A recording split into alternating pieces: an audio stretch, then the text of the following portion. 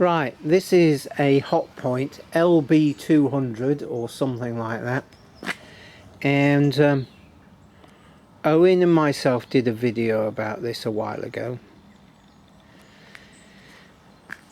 and we thought we'd scrap this, but it's a 7 kilo. Now, how do you open this? Is it that? I don't know, I can't remember. Maybe it needs power in it to open it. But we had it open before. Anyway, the drum seemed quite good and smooth, but it had a water leak. Yeah. And in that video, we hacked a hole in the side to get to the damage. So let's have a look. So here we go. Now, there's the damage. I don't know whether you'll be able to see, but this thing here, see there's a groove there, and it sits inside there. Well, the bit that seals in there is not damaged. It's just this bit here. I don't know whether we can see properly. I'll just zoom in again. So I've got a light in there, and you can see that the damage doesn't actually go to the seal area. So I'm reckoning, not quite sure whether to cut that off or just to open it up, warm the whole lot of this up with the hot air gun, and hot glue it. I think that's what we'll do. Get it all warm, put the hot glue on, and then squeeze it back together and hold it in place until it cools off. Now, Owen said check it because there might be something else wrong, and apparently there was a nail in a pocket that caused this. So where did that nail go? Is it in the pump? So I think we need to check that as well. But apparently a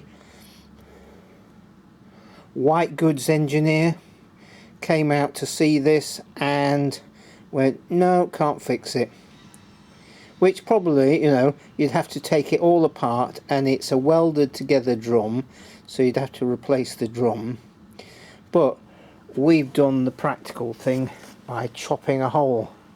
So I'll put a link to the video where this happened up now, and I'm just going to have a go at just fixing that, just because I can. And Owen put a video up today, which won't mean anything to you, but he put a video up about one of the, fixing one of those stick blenders, and he gave up because things were broken and he'd already got several of them. So what was the point in fixing it, because it wouldn't look perfect and it wouldn't have any value apart from to himself. So that sort of inspired me just to have a go at this, for no other reason than we can. Right, I've wrapped the hole in duct tape because last time it bit me, and the cut was a bit deeper than I imagined. So I'm going to warm it up. Where are we? With the hot air gun. Yeah. I'm not going to show that because it's noisy. I'll get back to you in a second.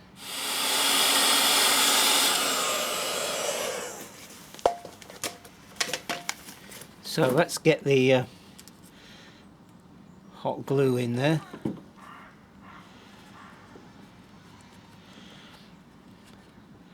Loads of hot glue.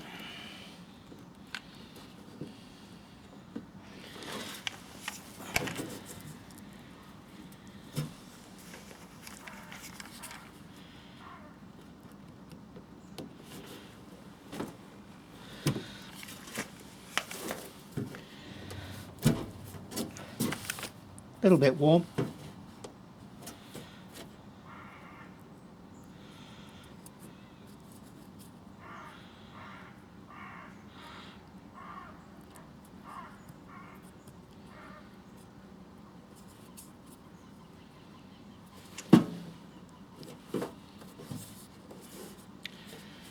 plastic is still quite warm, which is great.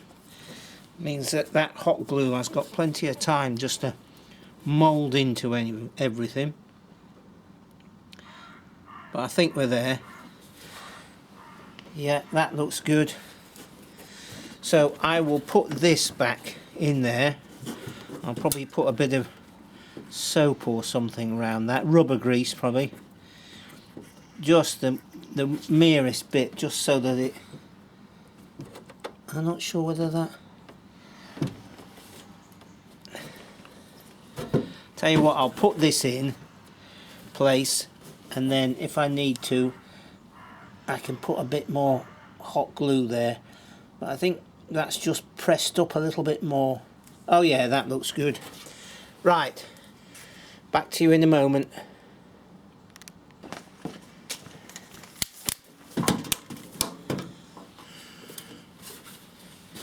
Well, you might be able to see this, but I'm just easing that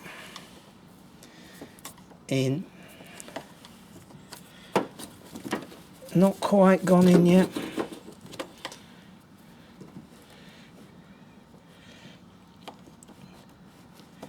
Without cutting this hole in the side, this whole job would be a nightmare. And look, you see my hand is just against that, so that tape is doing a wonderful job. Yeah, I think just a little bit of hot glue around there just to make sure. There we go. Perfect. Now I'm just going to let that cool off really well and gently, and then we'll give it a road test. We'll connect it up to the water and put some power in it, see what happens. Of course, you know, when using this machine with a big hole in the side, might let a bit more noise out, but generally you're only going to see from there, that way.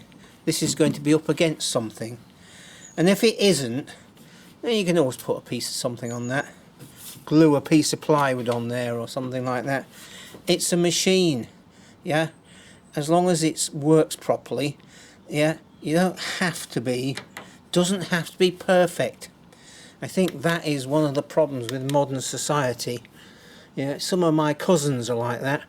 If it's not perfect, they don't want it, which is mad as a bag of squirrels. Right, let's crack on. So there we go. I opened the door. It's very smooth and quiet in there. There's no rattle whatsoever, and it looks quite clean. Problem being, of course, it's got a welded drum, but I've always found if you don't use a super fast spin and you don't overload or run the machine well within its capabilities, not on the edge, like with the solar stuff, if you run an inverter at full whack all the time, it's not going to last as long as if you run it at 2/3, and it will get 10 or 15 years out of it or more, as I've proved. So it's November and it's dank and misty and it's just generally not very pleasant, and I don't feel like testing this machine at the moment, so I'm going to put it under cover in the dry and leave it till spring. When it's drier, it's warmer, we'll have plenty of solar power, so it won't cost anything to run it, and that's it. So the whole thing about the spit in the side is, and the various other things that I've discussed during this video, tell me what you think. Yeah, let's have a discussion about it. Yeah, and in the spring we'll give it a test. Right, hopefully you found this entertaining and interesting and informative, and I will catch up with you very soon. Cheers for now.